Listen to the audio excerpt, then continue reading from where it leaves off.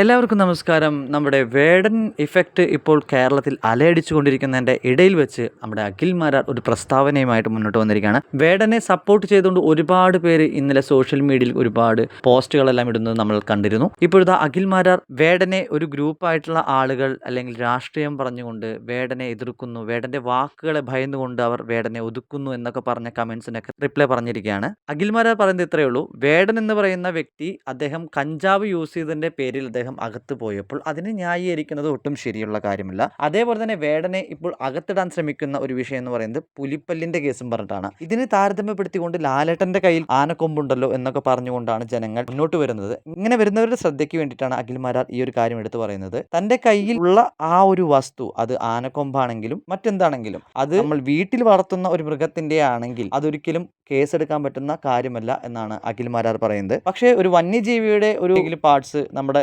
ബോഡിയിലോ നമ്മുടെ വീട്ടിലോ നമ്മുടെ കയ്യിലുണ്ടെങ്കിൽ അത് ലീഗലി പ്രശ്നമാകുന്ന ഒരു കാര്യമാണ്. അതാണ് വേടൻ്റെയും മോഹൻലാലിൻ്റെയും വിഷയത്തിൽ സംഭവിച്ചിരിക്കുന്നത് എന്ന് എടുത്തു പറയുന്നു. മോഹൻലാലിന് ആനക്കൊമ്പ് ഒരാൾ ഗിഫ്റ്റായി കൊടുത്തതാണെന്നും അതിൻ്റെ പേരിൽ യാതൊരു വക കേസെടുക്കാനും സാധിക്കില്ല. കാരണം ഇങ്ങനൊരു ജീവിയുടെ കൊമ്പോ പല്ലോ എന്തെങ്കിലും കയ്യിലുണ്ടെങ്കിൽ അതിന് വ്യക്തമായിട്ടുള്ള ഒരു പ്രൂഫ് വേണം. അത് എവിടെ നിന്ന് വന്നു, എങ്ങനെ വന്നു എന്നുള്ള കാര്യങ്ങൾ. വേടൻ്റെ കയ്യിലുള്ള ആ പുലിപ്പല്ലിന് അങ്ങനൊരു വ്യക്തമായിട്ടുള്ള ഒരു വിവരം ലഭിച്ചിരുന്നില്ല. അത് തേടിക്കൊണ്ട് വനം വകുപ്പ് വേടനെ കസ്റ്റഡിയിൽ എടുക്കുകയായിരുന്നു. അത്രയും കാര്യങ്ങളാണ് ഇന്നലെ സംഭവിച്ചത്.